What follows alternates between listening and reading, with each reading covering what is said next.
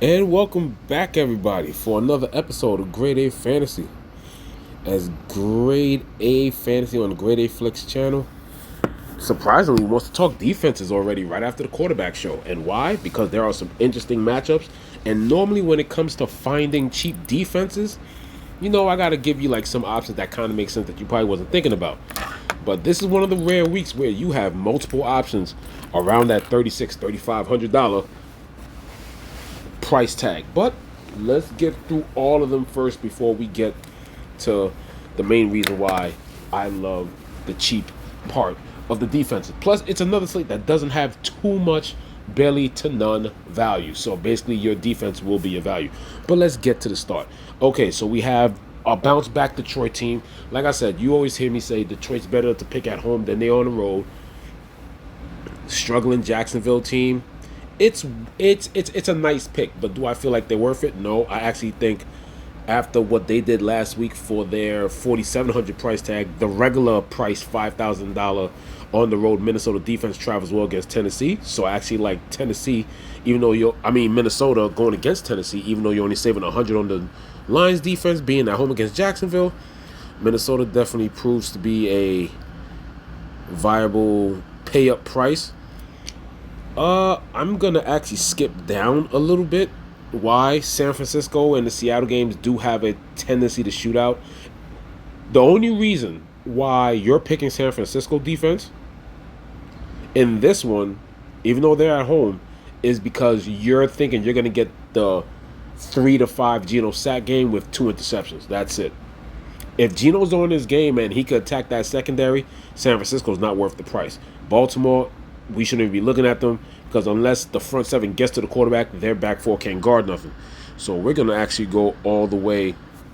And like I said, they are an option, the Rams, but they're so bad that I think Drake May could attack them a bit. So they're probably slightly overpriced. I actually like Green Bay. I always say Green Bay is kind of an overrated defense, but Chicago's playing bad right now. And you got Caleb Williams who refuses to scramble, and he does his best to extend plays. The man took 9 sacks last week trying to extend the play. So if Green Bay, who normally doesn't really get or is known for getting like interceptions like that, like since like all of October, I think they had 3 after getting off to a hot start of season of 2-3-2. They really calmed down on that. And they really haven't been getting home on the quarterback at all this season, except for one boom game against Tennessee week 2 with 8. If they could get to Caleb, which Caleb kind of gets to himself, Green Bay I think is the next viable defense to pick at 46. Denver, as usual, always in play. This time they're at home, 4,500 against Atlanta. You gotta like Buffalo. You gotta like Buffalo against KC. This is not the Buffalo KC typical matchup that you're probably going to get the shootout, but it's going to be a strong defensive battle. You could get some mistakes and some sacks on Mahomes, so Buffalo is viable here. Miami at home against a rundown Las Vegas team. Yes, they're not playing the best, but for fantasy purposes, I mean, Miami's pretty much going to be fighting to hold on to, at least play themselves into playing for a playoff spot late December, so that defense at home needs that uplifting, needs that crowd behind them, supporting them, getting them that extra juice. So I definitely like Miami at 4,300. We're gonna skip down a bit. I think Cleveland's a bit underpriced, especially if New Orleans comes back in injured. Even though on the road, 4,100 is still a solid front seven. I think you can definitely go down to the Chargers. Yes, Cincinnati has proven they can put up some points, but the Chargers have been the last few weeks. It seems like both sides of the ball have been getting healthy. 7, 6, 5 sacks right there. I remembered something. They've been getting home and they've been scoring 8, 18, and 12. Even if they score 8, they basically double their price. So, I mean, the Chargers are viable.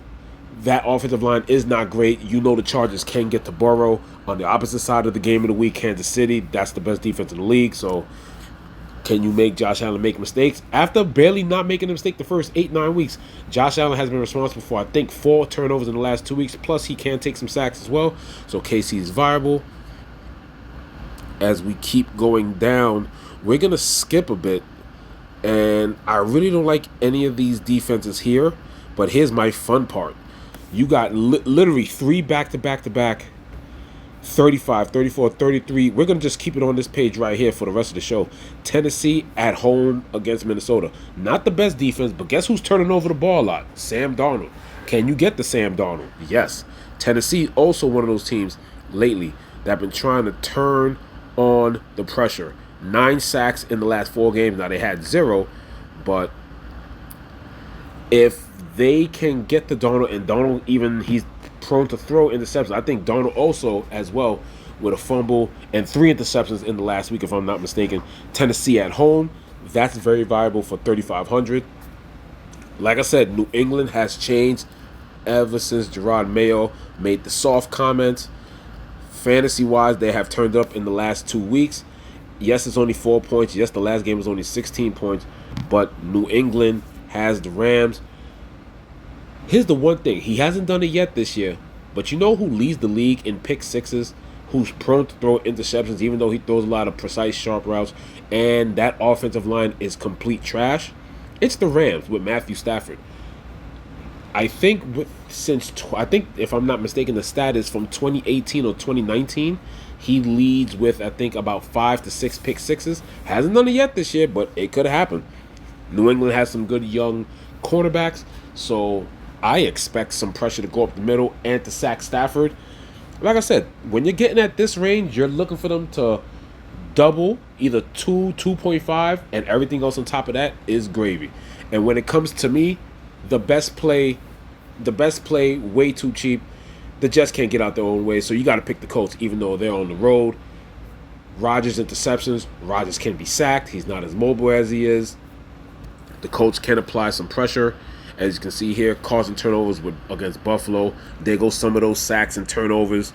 2 interceptions a couple of weeks ago from Darnold. I think it's 4 interceptions actually, back-to-back weeks of 2 each.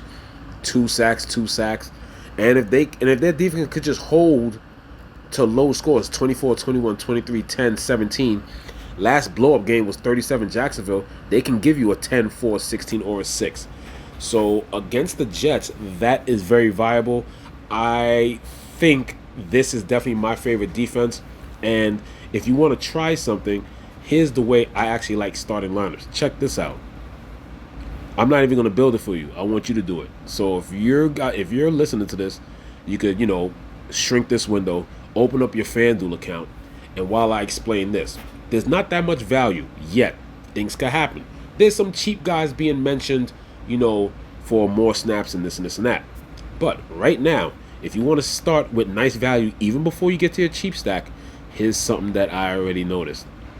My favorite defense is the Colts against the Jets, so 3,300.